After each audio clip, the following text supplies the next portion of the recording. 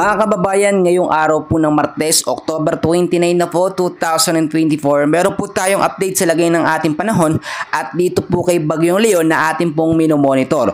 So alamin po natin yung track intensity direksyon at yung mga lugar po na posibleng maapektuhan ng trap ng hangin habang papalapit po siya dito sa may bandang extreme northern Luzon. Pero bago ho natin yan ipagpatuloy, wag niyo po munang kakalimutan na i-like at i-subscribe ang ating YouTube channel at pahit na rin po ng notification bell para sa mga susunod po natin na update ay ma-update ko po kayo mga kababayan. So mga kaibigan, sa kasalukuyan po ay nag-intensifies na po over the Philippine Sea. Eto nga pong si Bagyong Leon. Ibig sabihin mas lumalakas na po siya ngayon mga kaibigan ng mabilisan at tinatahak ito pong hilagang Luzon. So as of now mga kaibigan, ang direction po nito nga pong si Bagyong Leon mga kaibigan, 630 kilometers east of Echaque, Isabela, 120 kilometers per hour ang lakas ng hangin po niya at pa-northwest po ang kilos niya sa bilis po na 10 kilometers per hour. Isa na po siyang typhoon category ngayon mga kaibigan. Pagdating naman po ng hapon, mamayang alas 2 po mga kaibigan, ay tatahakin naman po niya ang lokasyon po ng east of Apari, Cagayan, 485 kilometers, 140 kilometers per hour na lakas po ng hangin niya. Medyo malakas na po ito at ang pagkilos naman po niya ay pa-northwest sa bilis naman po na 15 kilometers per hour. Isa pa rin po itong typhoon category. So marami nagtatanong mga kaibigan, magiging super typhoon category po ba etong si Bagyong Leon? Kasi yun po ang naglalabasan sa mga news at mga update mga kaibigan. So ipapakita ko po sa inyo ng malinaw para yung ating mga kababayan po ay hindi mag-alala. Alam ko sa atin mga kaibigan, kapag ganitong super typhoon, iba po ang dating sa atin. Sobrang mapaminsala, sobrang malakas mga kaibigan. Pero wag po kayong mag-alala, ipapakita ko sa inyo mga kaibigan yung track at posibilidad nga ba kung ito'y magiging isang super typhoon. Ito po mga kaibigan, inaasahan po kasi natin pagdating po ng October 31 sa ganap po na alas 2 ng madaling araw, unti-unti na po itong lalabas. Pagdating po ng October 31 ng hapon naman, ito'y unti-unti na, nasa typhoon category pa rin. At pagdating naman po ng alas 2 ng hapon ng November 2 po, ay nakalabas na po ito ng Philippine Area of Responsibility. So kitang-kita naman natin, November 1 hanggang November 2, nasa labas na ng Philippine Area of Responsibility. At yung sinasabi natin na super typhoon category ay hindi naman nangyari. Pero may mga posibilidad pa rin ito na magbago mga kaibigan. Kung nakikita nyo sa track natin, typhoon category lamang, walang super typhoon, posible naman magbago yan. Pero kung sakasakali pong magbago ito o lumakas, nasa labas na po yun mga kaibigan. So ang inaasahan natin na posibleng maapektuhan po mga kaibigan ay ang extreme northern Luzon mga kaibigan. So ano-ano nga ba yung mga lugar o saan ba yung mga lugar na apektado nitong si Bagyong Leon o yung extreme northern Luzon?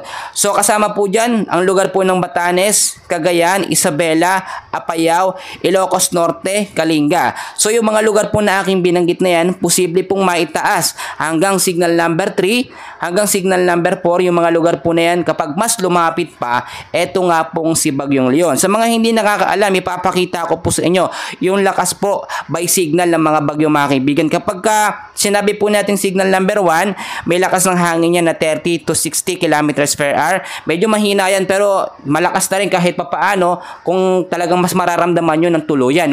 Pero kung nasa loob lang tayo ng ating bahay, parang normal lamang po siya na hangin. Ang signal number 2 naman, may lakas siya ng 61 to 120 kilometers per hour.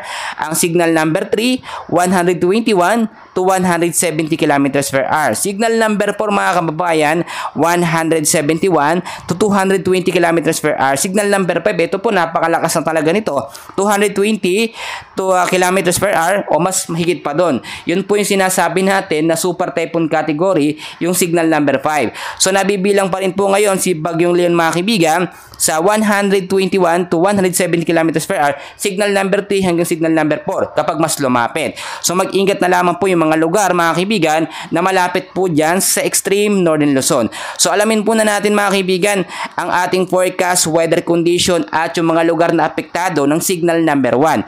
So sa area po ng Cagayan Valley, Cordillera Administrative Region, Aurora, Quezon, Camarines Norte, Camarines Sur, Catanduanes. Asahan din natin mga kaibigan ang maulan na kalangitan dyan, no? Or masungit na kalangitan ngayong araw po ng Martes. Pagdating po sa hapon at sa gabi, may posibleng mahina at malalakas po na pag-ulan ang ating aasahan dahil nga po sa trap nito nga pong si Bagyong Leon. So inaasahan po natin ang pagbabaha sa mga mababang lugar na aking nabanggit at landslide po sa mga landslide prone area, especially yung mga mountainous area mga kaibigan. So mag-ingat po at maging handa yung mga lugar po na yan.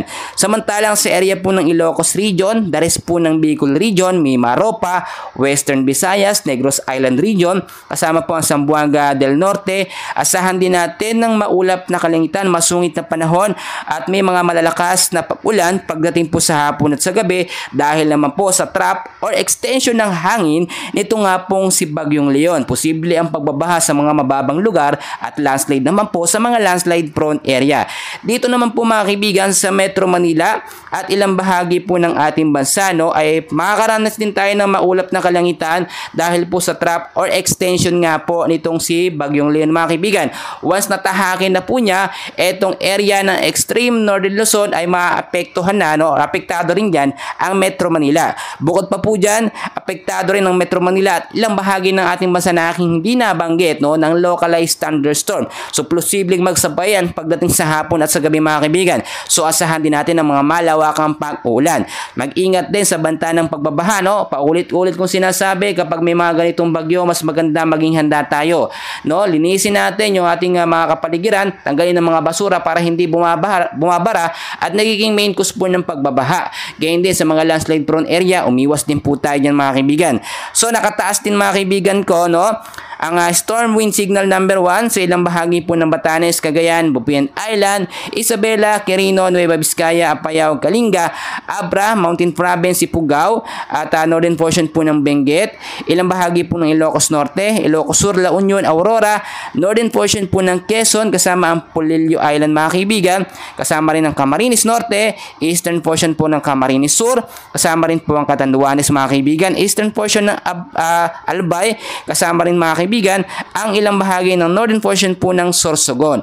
So yung mga lugar na yun mga kaibigan, posible ang maitaas sa signal number 2 hanggang 3. Depende po kung mas lalapit pa itong si Bagyong Leon sa mga lugar na yan. So mas maganda nakamonitor at nakabantay po tayo para alam natin mga kaibigan yung track intensity at yung mga lugar po na dadaanan nitong si Bagyong Leon. Dahil tulad ng aking sinasabi, mas maganda na nakahanda tayo tulad po ng ganito. Halos sunod-sunod yung mga bagyo na pumapasok. Kalalabas lamang ni Bagyong Christine and then may sumunod na naman na panibagong bagyo. Ngayon nga po si Bagyong Leon ang ating minomonitor at binabantayan. Mga kaibigan, tulad ng aking sinasabi, paulit-ulit ko pong pinapaalala sa inyo, kapag meron tayong ganitong binabantayan na malalakas na bagyo, manatili po tayong informed sa lagay ng ating panahon. So mas maganda nakamonitor kayo sa mga weather update para alam natin kung anong nangyayari sa lagay ng panahon. Mamaya nasa lugar na pala natin, hindi po natin alam pa. So i-secure po natin ang ating mga ari-arian, mga kagamitan, especially no, yung mga lugar na bahayin. Kapag ikaw kaibigan, alam mo, yung lugar may bahain, tas may bagyo, mas maganda unti-unti mo nang ilagay sa second floor kung meron ka, o i-secure mo yung mga gamit mo para hindi po nasisira o binabaha, no? At pangatlo mga kaibigan, mag-imbak po tayo ng supply ng pagkain, no? Hindi naman sinabi lahat, no?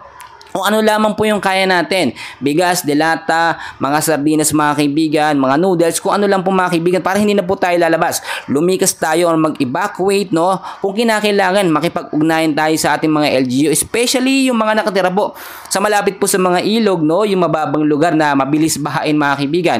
Ang Bicol Region, patuloy pa rin yan nakakaranas ng pagbabaha as of now at alam natin, marami pa rin sa kanila ang nangangailangan po ng tulong. So, pang-lima mga kaibigan, magkaroon po tayo ng constant communication plano o anong dapat natin gawin kapag merong ganitong klaseng mga bagyo o malalakas po na bagyo mga kaibigan or sakuna. So panghuli natin mga kaibigan, manitili tayo sa loob ng ating bahay kung wala naman tayong importanteng gagawin at ugaliin po magdala ng payong, jacket, kapote kung kayo po ilalabas ng inyong mga kabahayan, especially sa hapon po at sa gabi mga kaibigan. Kung titignan po ninyo mga kaibigan, etong si Bagyong Leon ay sinasabi ng ilan na mas malakas nga po na bagyo. Kung ikukumpara ikukumpara dito kay Bagyong Christine. Marami din nagsasabi kung mas malakas ito kay Bagyong Christine, bakit hindi daw nararamdaman, no? O wala naman daw masyadong pag-uulan, wala naman daw po masyadong paghahangin. Well, salamat sa Diyos mga kaibigan, dahil nga po etong si Bagyong Leon malakas naman talaga actually. Nasa typhoon category na nga po siya within the next 12 to 24 hours, pero nasa Philippine Sea po siya or nasa karagatan. Imagine niyo mga kaibigan, kapag ito'y naglandfall sa ating Philippine landmass, ay doon po talaga mas matindi ang kanyang magiging epekto. So wag po nating asamin, no, na ito'y maglandfall at maramdaman yung lakas po nitong si Bagyong Leon, dahil alam naman natin severe tropical storm, no, na si Bagyong Christine, mahina lamang yun mga kaibigan, nasa 110 lamang ang lakas ng hangin niya mga kaibigan. Tignan nyo naman ang pinsalang naidulot at lawak po ng pag-uulan na kanyang naibigay sa ating bansa, no? Especially sa Isabela at sa Bicol region. So wag nating asamin. Ito po si Bagyong Leon, dadaan lamang niya o dadaplisan lamang niya po, no, itong extreme northern Luzon, pero hindi po tinukoy sa ating update na ito ay magla-landfall. So wala pong mangyayaring landfall scenario dito kay Bagyong Leon sa extreme northern Luzon. Patuloy lang sila maapektuhan ng trap or extension ng hangin. Medyo mas malapit lang mga kaibigan. Kaya nga po posibleng maitaas yung signal number 3 at signal number 4, pero hindi direktang maglalandfall ang mata ng bagyo dito nga po sa extreme northern Luzon. Sana mga kaibigan, mga kababayan, malinaw po sa inyo ang ating update, no, para mawala po yung ating pangamba, no, especially yung mga kababayan natin medyo may edad, kapag ka nakakikita ng balita tapos ang nakalagay sobrang nakakatakot mga kaibigan, parang ninenervyos na. So sana po, no, ay naibsan ko ang inyong pangamba na ito nga pong si Bagyong Leon na hindi po natin dapat pangambahan. So mas maganda maging handa alaman tayo at wala po tayong dapat isipin na ibang bagay mga kaibigan, kundi yung safety ng ating pamilya. So maging inform, maging handa anumang oras. So yun lamang po ating update. Mamaya meron ulit tayong kaganapan sa lagay ng ating panahon. So patuloy ko kayong i-update. And please wag na pong kakalimutan na i-like at i-subscribe ang ating YouTube channel for more weather updates. Maraming salamat po. Magandang umaga po mga kababayan.